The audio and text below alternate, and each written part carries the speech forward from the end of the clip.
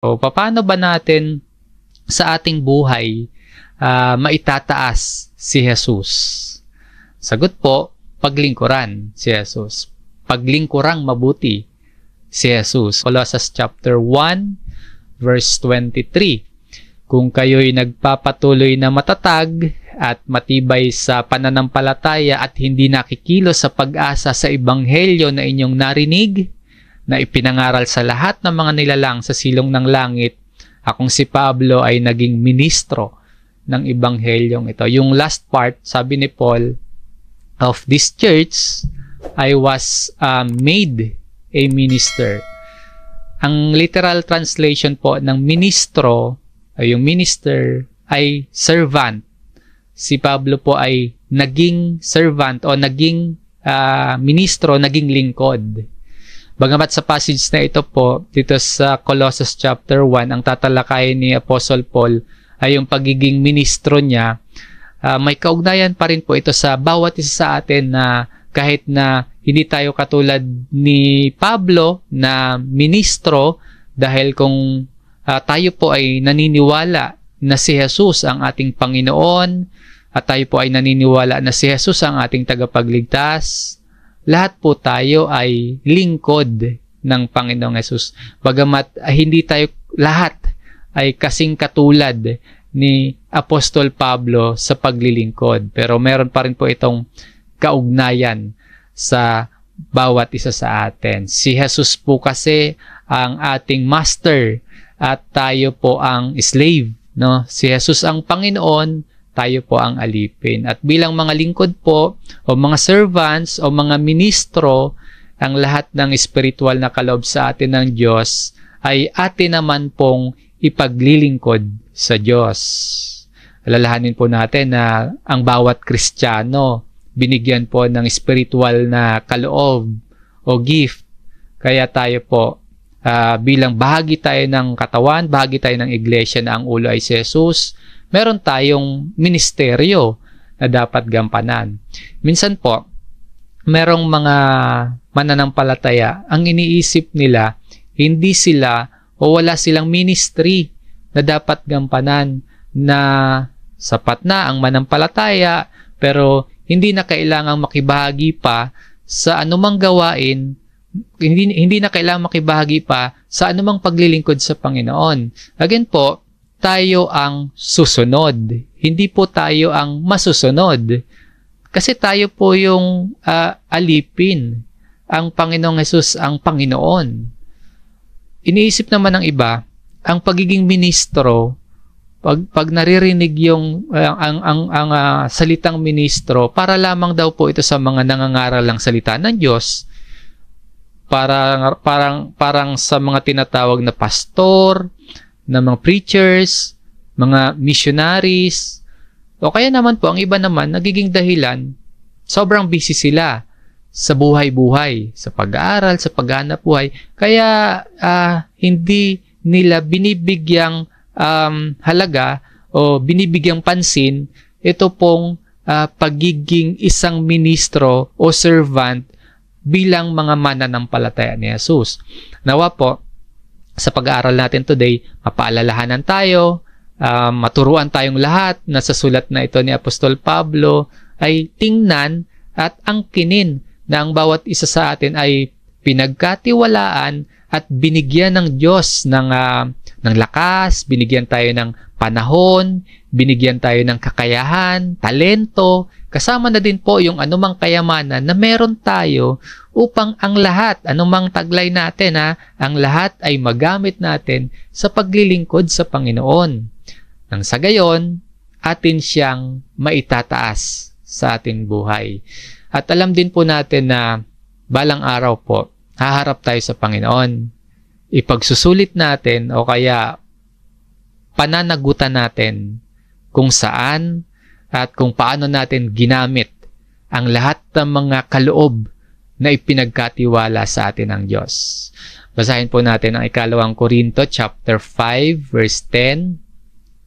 Sapagkat tayong lahat ay kailangang humarap sa hukuman ni Kristo upang bawat isa ay tumanggap ng kabayaran sa mga bagay na ginawa niya sa pamamagitan ng katawan, maging mabuti o masama. For we must all appear before the judgment seat of Christ. Saan natin ginugol, saan or paano natin iningatan at paano natin pinangasiwaan ang mga material na biyaya sa atin, saan natin ginugol ang lakas at oras natin, ginamit ba natin ang ating kakayahan, ginamit ba natin yung ating talento, ginamit ba natin yung mga spiritual na kaloob na meron tayo sa paglilingkod sa Diyos. Sa darating na panahon, haharap tayong lahat kay Jesus.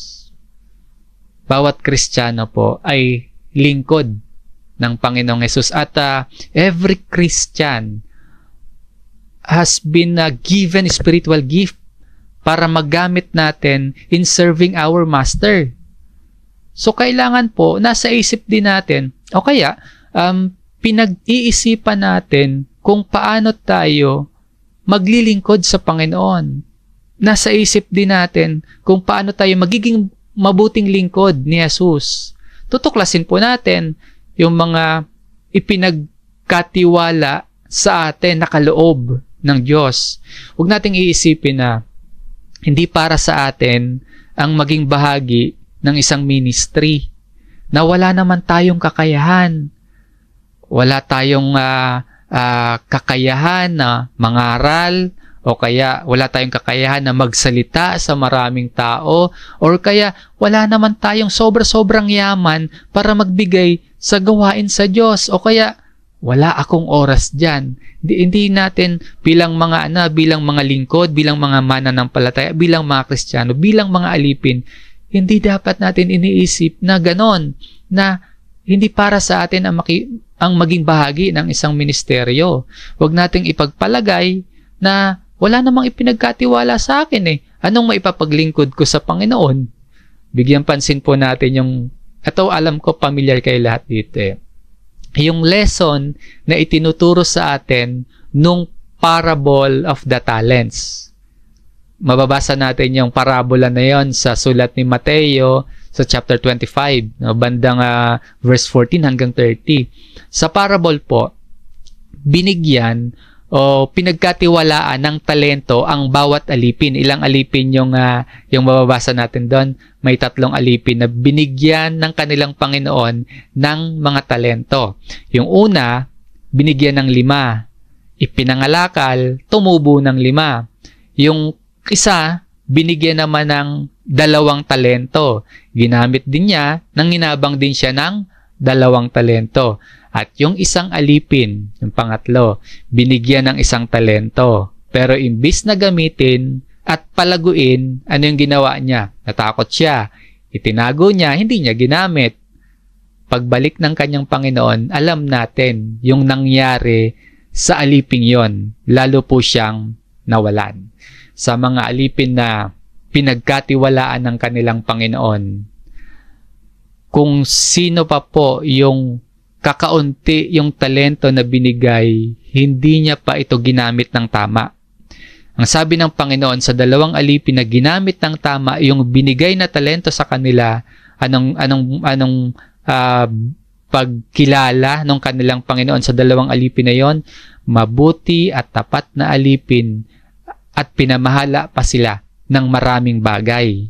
Samantalang yung natakot, samantalang yung itinago, hindi ginamit yung talent, tinawag ng kanilang Panginoon ayon doon sa parabola na masama at tamad na alipin. So, basahin natin yung isang verse doon sa parable na yun sa Mateo 25, dito po sa verse 29.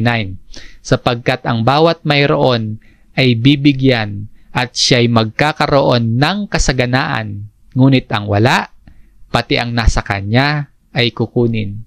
Kaya po, ang nagpapalagay na walang kakayahan o mga nagsasabing wala silang oras or wala silang maibibigay sa paglilingkod, ayon po dito, lalo silang mawawalan. Hindi po totoong wala kasi sabi po dito, pati ang nasa kanya ay kukunin. Ang malinaw po na babala ng talinghagang ito or ng parabolang ito, ang alipin na may 1 talento nalagay sa isang malaking panganib Dahil hindi niya ginamit yung ipinagkatiwala sa kanya para sa layunin ng kanyang Panginoon. So para sa atin naman po, kahit pakiramdam natin, kaunti o isa lang ang nakikita natin sa ngayon na kakayahan na ipinagkatiwala sa atin, gamitin natin ito at isipin kung paano tayo magiging mabuting lingkod ng Panginoong Hesus. Paano pa natin mapapalago? Maaring etong alipin, hindi nga siya nahirapan. Maaring hindi nga siya napagod, hindi siya nawalan. Pero sa dulo, talo siya. Kukunin ang meron sa kanya at tinawag pa siya na hindi mabuting alipin, hindi mapapagkatiwala ang alipin. Kung si Jesus po ang ating Panginoon, paglilingkuran natin siya. Ang isang lingkod o ministro, naglilingkod sa Panginoon. Sa ating pag-aaral po ng bahagi ng sulat ni Apostol Pablo, dito sa sulat niya sa mga taga-Kolosas, ano-ano ang nakapaloob sa ministeryo ni Pablo. At nawa po, makapagturo din ito sa atin kung paano natin mas mapaglilingkuran pa si Jesus na mas maging mabuti at tapat tayo na mga alipin ni Jesus. Ang issue po kasi sa Kolosas, may mga false teachers na nanlilin lang sa mga mananampalataya sa mga Kristiyano doon para maibaba ang kadakilaan ni Jesus. At ganon din po, sinisiraan nila si Pablo. Kaya nga, yung binasa natin kanina sa verse 23, nabanggit ni Apostle Paul na naging ministro siya ng Ebanghelyo. Sana po makita din natin kung ano yung nakapaloob sa ministry ni Pablo dahil marami din yung nandadaya sa atin ngayon na mas naitataas pa natin yung ating trabaho. Minsan, mas naitataas pa natin yung perang kikitain natin, kapangyarihan na makukuha natin. Sa iba, katanyagan o kaya mga personal pleasure lamang. Kung ikukumpara sa paglilingkod sa Panginoon, mas naitataas, mas napapahalagahan pa yung mga pansamantalang mga bagay. Maglilingkod po tayo sa Panginoon dahil katulad ni Pablo, inilagay tayo ng Diyos o ginawa din tayong mga lingkod na pinagkalooban ng Diyos. Basahin po natin itong Colossus 1 verse 23. Niloob ng Diyos na akong si Pablo ay maging tagapangaral ng magandang balitang ito na ipinahayag sa lahat ng tao sa buong daigdig. Hindi lang si Pablo, hindi lang din si Epaphras diyan sa Colossus, kundi ang lahat ay maglilingkod. Sila din, yung mga taga-Colossus. Ang lahat ay servants. Lahat may ministry. Ano yung nakapaloob sa ministry? Una po, paglilingkod para sa iglesia. Ano mang ministry natin, para ito sa lahat. Para ito sa iglesia, sa church. Basahin po natin ang Colossus 1 verse 24. Ito po yung ating main text. Simulan po natin dito sa verse 24. Ngayon nagagalak ako sa aking mga pagtitiis alang-alang sa inyo. At sa aking laman ay pinupunan ko ang kakulangan sa mga paghihirap ni Kristo alang-alang sa kanyang katawan na siyang iglesia. Sabi po dito ni Apostle Paul, I rejoice in my sufferings for your sake. Para saan yung pagtitiis niya? Para sa iglesia, ang katawan ni Jesus. Ang ministry, para sa ikabubuti, para sa ikalalago, para sa ikatitibay ng bawat isa ng buong iglesia. Everyone, walang exempted. At lahat din po, maglilingkod, alang-alang sa isa't isa, para sa ikatitibay, ikalalago, ikabubuti ng bawat isa. Ang ministry ay para sa lahat. Hindi lang po para sa ilan. Hindi lang ikaw, pati din ako. Hindi lang din ako, pati kayo, pati ikaw. Upang ang lahat po ay mapaalalahanan, ang bawat isa po ay maturuan, na ang lahat ay maiharap ng ganap at walang kapintasan sa harap ng Diyos. Dahil sa ating pakikipag-isa yon kay Jesus. Sabi pa po ni Apostle Paul sa verse 24 pa din, pinupunan ko ang kakulangan sa mga paghihirap ni Kristo, filling up what is lacking in Christ, afflictions. linawin na rin natin itong statement dito ni Apostle Paul. Malinaw po na ang ginawa ni Jesus, ang pagpapakahirap at sakripisyo ni Jesus, kumpleto na. It is done, it is finished. Meron na tayong kaligtasan dahil sa paghihirap ni Jesus. Ang tinutukoy dito na kakulangan sa mga paghihirap ay hindi tungkol sa salvation. Yan po yung nililinaw natin. Kundi tungkol po ito sa paghihirap o afflictions sa paglilingkod. Hindi kulang ang paghihirap ni Jesus para tayo ay mailigtas. Sapat-sapat po yung paghihirap na yon ng ating Panginoong Jesus para tayo magtamo ng kaligtasan. So, hindi po itinuturo dito ni Pablo at hindi rin po itinuturo ng Biblia, particular po dito sa New Testament, dito sa Bagong Tipan, na dahil sa ating paghihirap ba, napupunan natin ang paghihirap na ginawa ni Jesus, kaya tayo nagkakaroon ng salvation. Hindi po ganon. Sapat na po ang paghihirap ng Panginoon at wala na tayong maidadagdag pa. So, ano ngayon yung ibig sabihin dito ni Pablo na paghihirap? Maaring katulad po ito ng sinasabi ng ating Panginoong Jesus dito po sa John chapter 15 verse 20. Alalahanin ninyo ang salitang sinabi ko sa inyo, ang alipin ay hindi higit na dakila kaysa kanyang Panginoon. Kung ako'y kanilang inusig, kayo man ay kanilang uusigin din. Kung tinupad nila ang aking mga salita, ang inyo man ay tutuparin din nila. So, tayong mga alipin, hindi tayo makakahigit sa ating Panginoon. Kung ang ating Panginoong Jesus na usig or inusig, hindi tayo exempted doon. Tayo din po ay uusigin din. Ang pagsunod at paglilingkod sa Panginoon ay hindi madali at may kaakibat na paghihirap na dapat pagtiisan. At posible na ikaw ay mausig dahil sa Panginoon. Minsan pa nga po, mas mahirap ang pag-uusig ng ilan sa atin. Kasi kung sino pa yung kakilala mo, kung sino pa yung akala mo makakaintindi sa'yo, kung sino pa yung pinagkakatiwalaan mo, yun pa yung nagdududa, yun pa yung nagbabaliwala, yung iba nagtatawa sa paglilingkod mo sa Panginoon. Yung iba nagbabaliwala sa pagsunod mo sa Panginoon. Di ba mahirap yun? Ang nakasulat naman po sa Mateo 24, dito po sa verse 9. Pagkatapos ay ibibigay kayo sa kapighatian at kayo'y papatayin at kayo'y kapupuutan ng lahat ng mga bansa dahil sa aking pangalan. Kapighatian, kapuutan, kamatayan.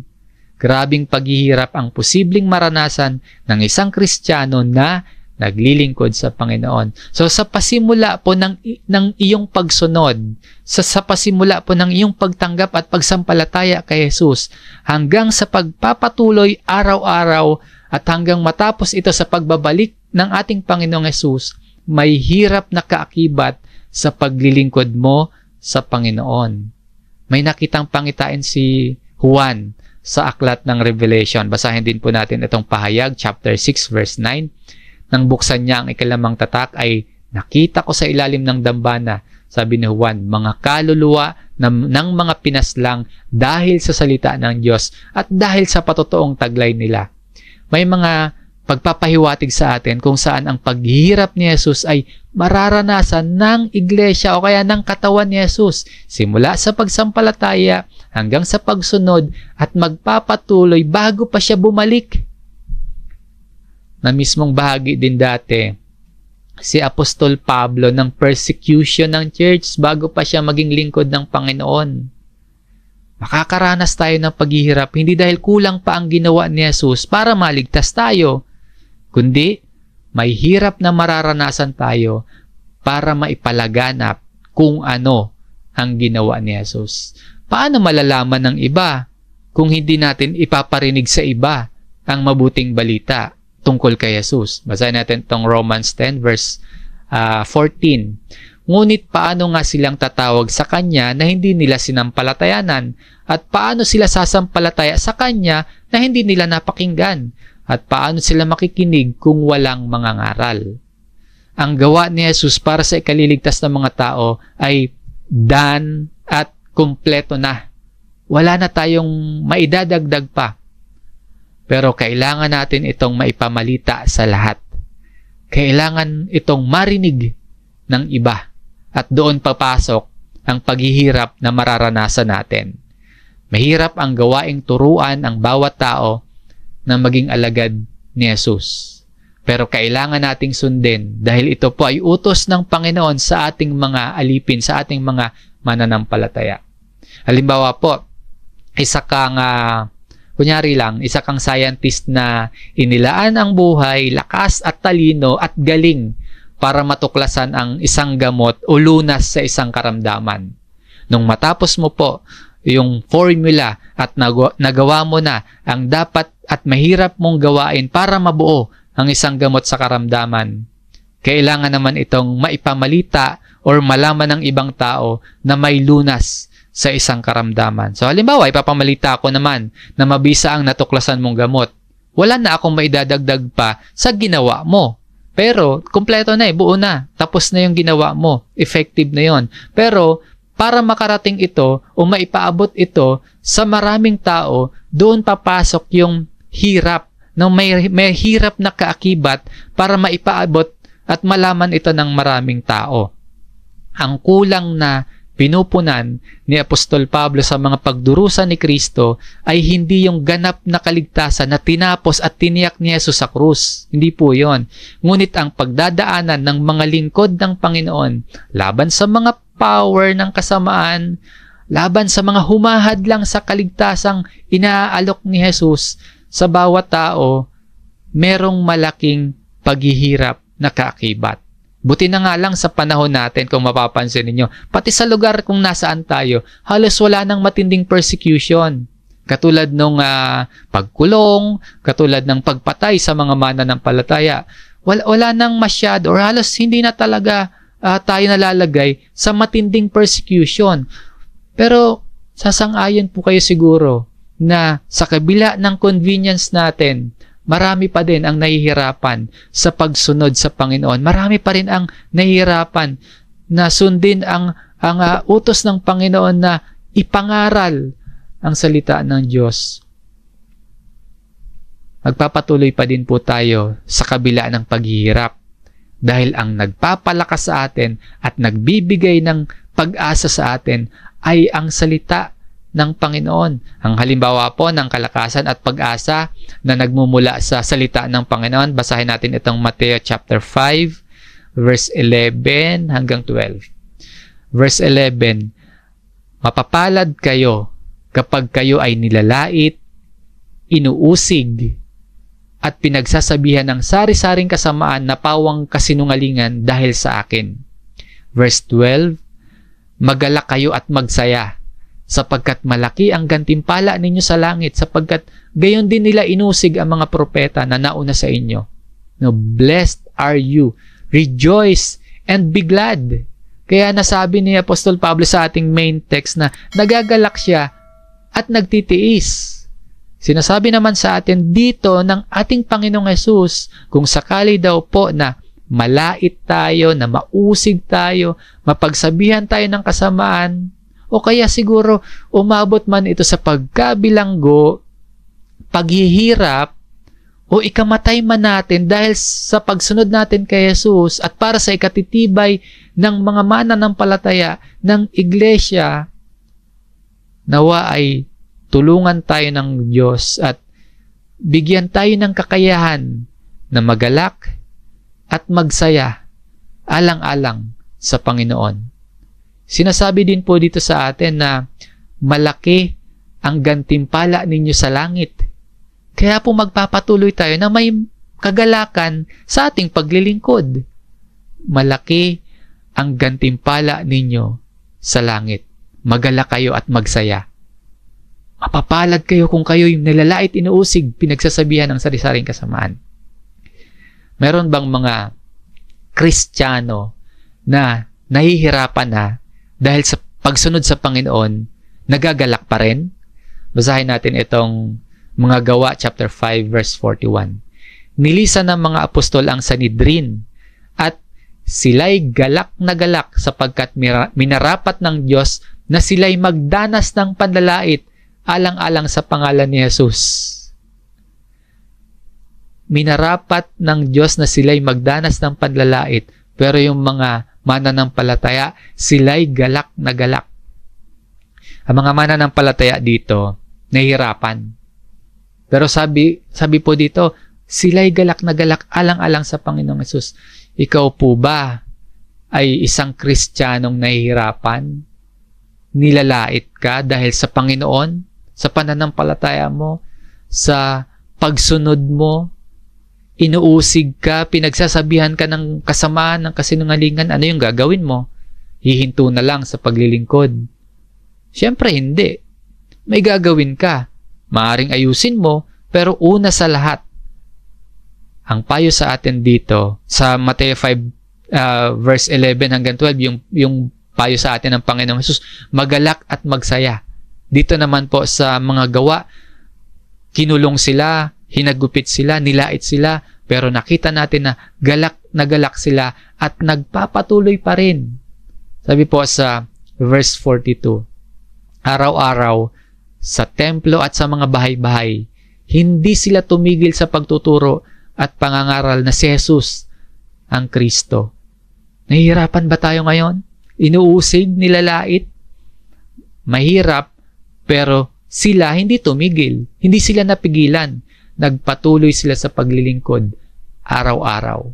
Kung ganito din po tayo at nagpapatuloy sa isang maliit po na paraan, nakikibahagi din tayo sa paghihirap ni Jesus na paglilingkuran ang Panginoon alang-alang sa bawat isa sa atin. Ikalawa po sa nakapaloob na ministry ni Apostle Paul, paglilingkod na mula sa Diyos. Sinasabi dito ni Pablo na he was made, di ba? O ginawa siyang ministro. Basahin natin yung Colossus 1 verse 25. Ako'y naging lingkod nito nang piliin ako ng Diyos upang ipahayag sa inyo ang kanyang salita. Paano si Pablo o paano siya naging o ginawang lingkod? Mababasa natin sa yung pangyayari kay Apostle Paul sa Acts chapter 9. Kung maalala ninyo, ang kwento ni Pablo na dati siyang si Saul, habang papunta siya sa Damasco, na ang misyon niya, ano yung misyon ni Saul papuntang Damasco? Usigin ang iglesia. Habang papunta siya doon, sa daan may kumislap na liwanag. Sa paligid niya, may narinig siyang tinig. Tinig yun ng ating Panginoong Hesus na nagsasabi sa kanya na inuusig siya ni Saul. Tapos nagpunta si Saul sa Damasco kay Ananias at nagsimula yung conversion ni Pablo. Ganyan naging lingkod o ministro ng Ebanghelyo si Pablo. Hindi siya nag-apply, hindi rin siya nag-volunteer, hindi rin siya nagpakadalubhasa para maging lingkod ni Christ. Hindi siya sumali, kundi siya po ay pinili ng Diyos, ginawa. Kapareho po ng bawat isa sa atin, mga kapatid. Kung tayo po ay na kay Kristo, pinili tayo sa isang gawaing paglilingkod. Wala tayong narinig na tinig, hindi tayo nabulag katulad ni Pablo, pero tinawag tayo at pinili ng Diyos. At anumang kaloob na meron tayo, ipinagkatiwala ito sa atin ng Diyos. Hindi man calling ng katulad ng kay Pablo na maging apostol, pero may matututunan tayo dito na sinasabi ni Pablo na siya ay ginawang lingkod, pinili ng Diyos para maipahayag ang kanyang salita. Sabi naman po ni Apostle Paul sa mga taga-Roma sa chapter 15 verse 18 at 19. Sapagkat hindi ako mangangahas magsalita ng anumang bagay, maliban sa mga ginawa ni Kristo sa pamamagitan ko, upang sumunod ang mga hintil sa salita at sa gawa. Verse 19, sa kapangyarihan ng mga tanda at ng mga kababalaghan, sa kapangyarihan ng Espiritu ng Diyos, kaya't buhat sa Jerusalem at sa palibot-libot hanggang sa liriko, ay aking ipinangaral na lubos ang ebanghelyo ni Kristo. Ang idea po dito, katulad kay Pablo, tayo din po ay pinili ng Diyos, binigyan ng spiritual gifts. Magagampanan natin ang pagkatawag sa atin sa tulong ng kapangyarihan ng Espiritu ng Diyos. Magtiwala tayo na magagampanan natin.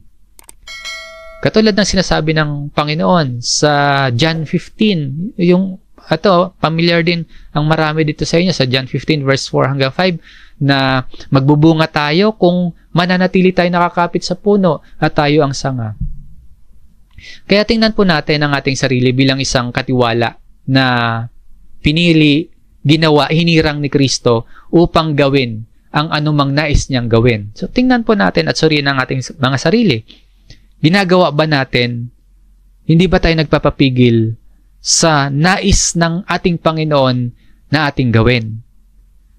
At syempre po, gagawin natin ang ating ministeryo ng may kagalakan, sa pagtitiwala at sa tulong ng Espiritu na maglilingkod tayo, hindi lang basta magawa, kundi nagsusumikap tayong lahat na luwalhatiin ng Panginoong Hesus na tumubos at nagligtas sa atin ng may kagalakan.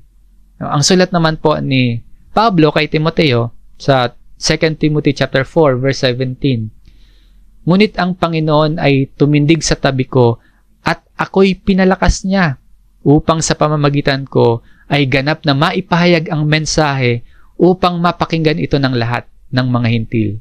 Kaya't ako'y iniligtas sa bibig ng leon.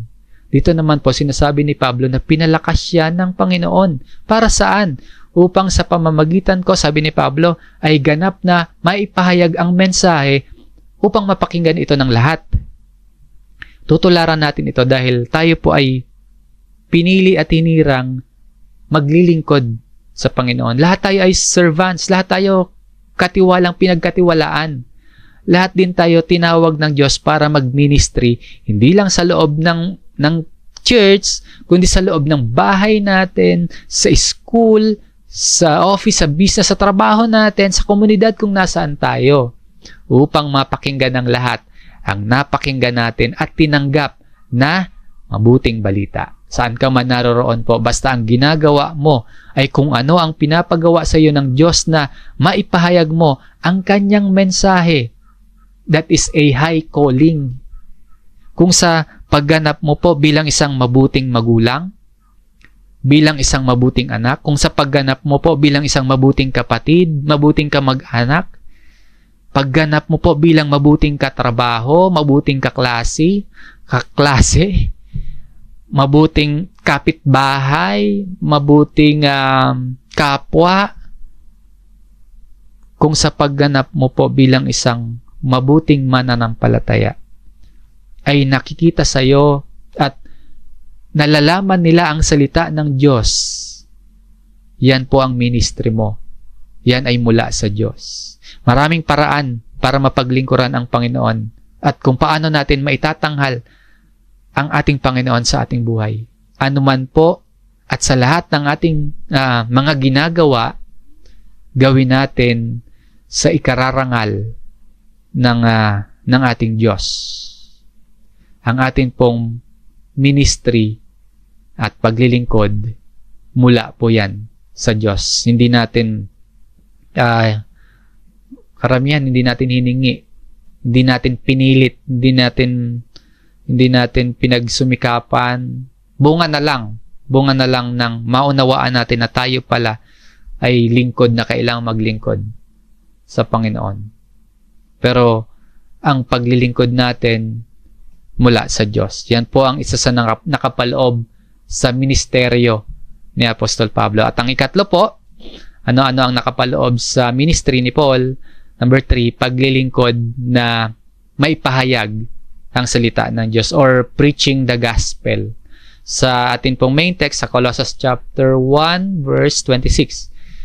Ang hiwaga na sa mahabang panahon ay inilihim sa maraming salit-saling lahi, ngunit ngayon inihayag na sa kanyang mga pinili. Ang mensahe po na ipapahayag o ipinahayag ni Pablo ay tinawag niyang hiwaga o mystery. Hindi ibig sabihin sikreto ito na para bang exclusive lang sa group of people na mga pinili.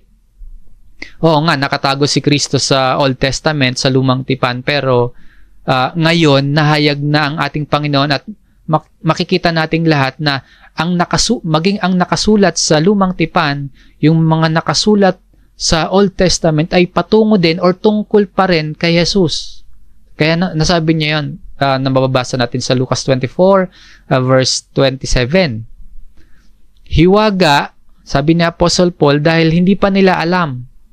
Pero ngayon sa atin, nahayag na ang mga hintil ay makakabahagi na ng kaluwalhatian ng Diyos. Sa verse 27, Colossus chapter 1, niloob ng Diyos na ihayag sa lahat ng mga hintil ang dakila at kamanghamanghang hiwagang ito na walang iba kundi si Kristo na nasa inyo.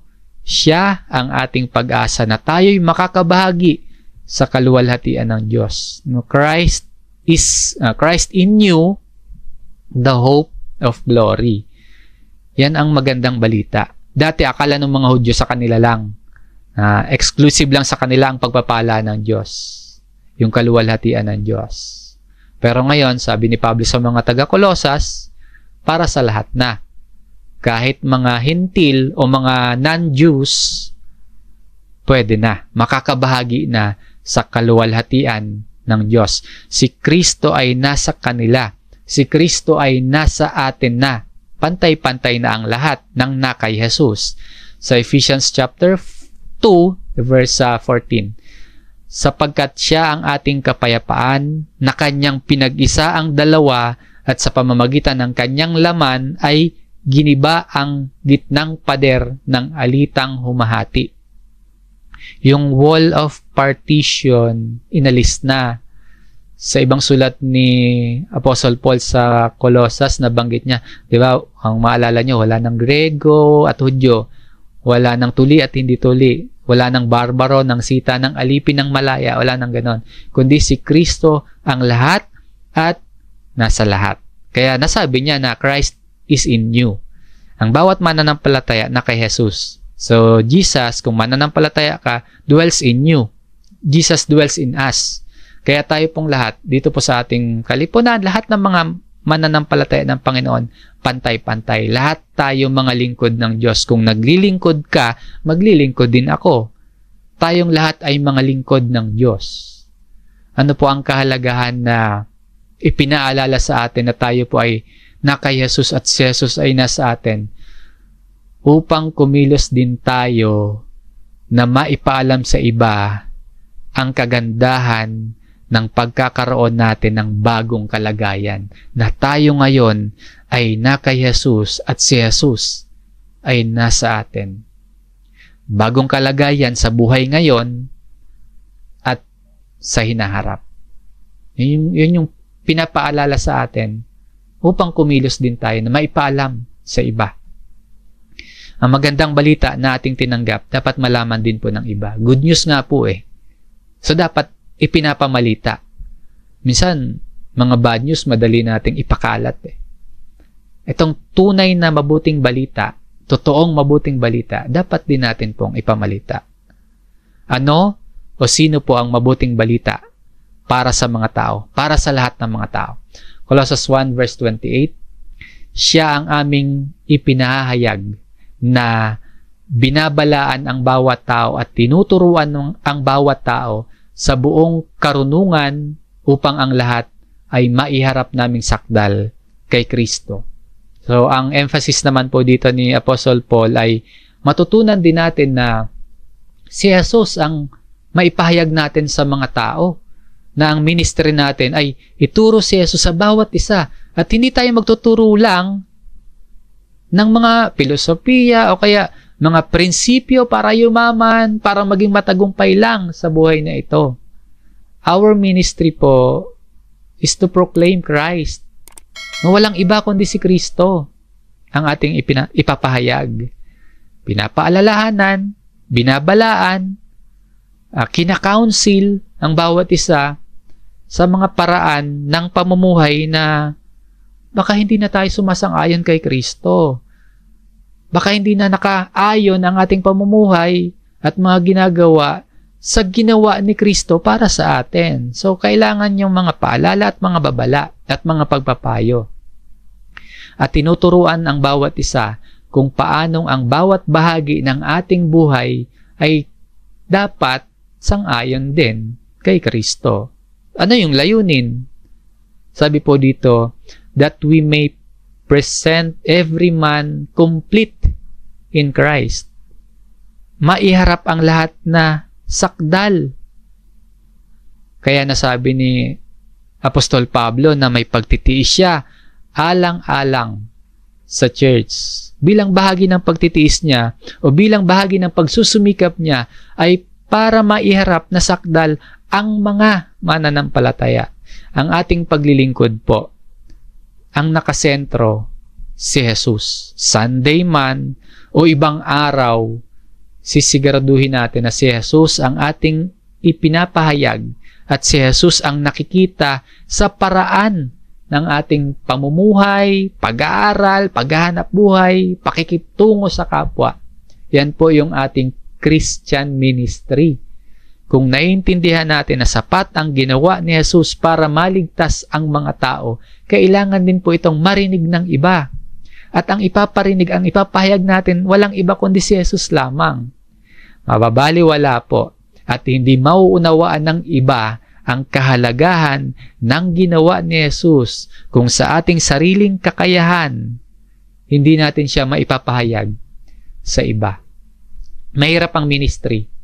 Ang daming pinagkakabalahan ng mga tao ngayon. Ang daming humahadlang sa atin. Ang daming umaagaw ng atensyon natin. Pero magpapatuloy po tayo tulad ni na Pablo. Sa Colossus 1, verse 29, ito ang aking pinagsisikapang matupad sa pamamagitan ng kapangyarihang kaloob sa akin ni Kristo. Pinagsisikapang matupad ang maipahayag si Kristo. Maraming kailangang trabahuhin, maraming kailangang pagpaguran, maraming kailangang isakripisyo, pag-isipan, pagplanuhan, maraming kailangang pagtiyagaan at pagsikapan. Pero sapat po ang tulong at kapangyarihang kaloob sa bawat isa sa atin. Ayon po dito, according to His power which mightily works within me, within us.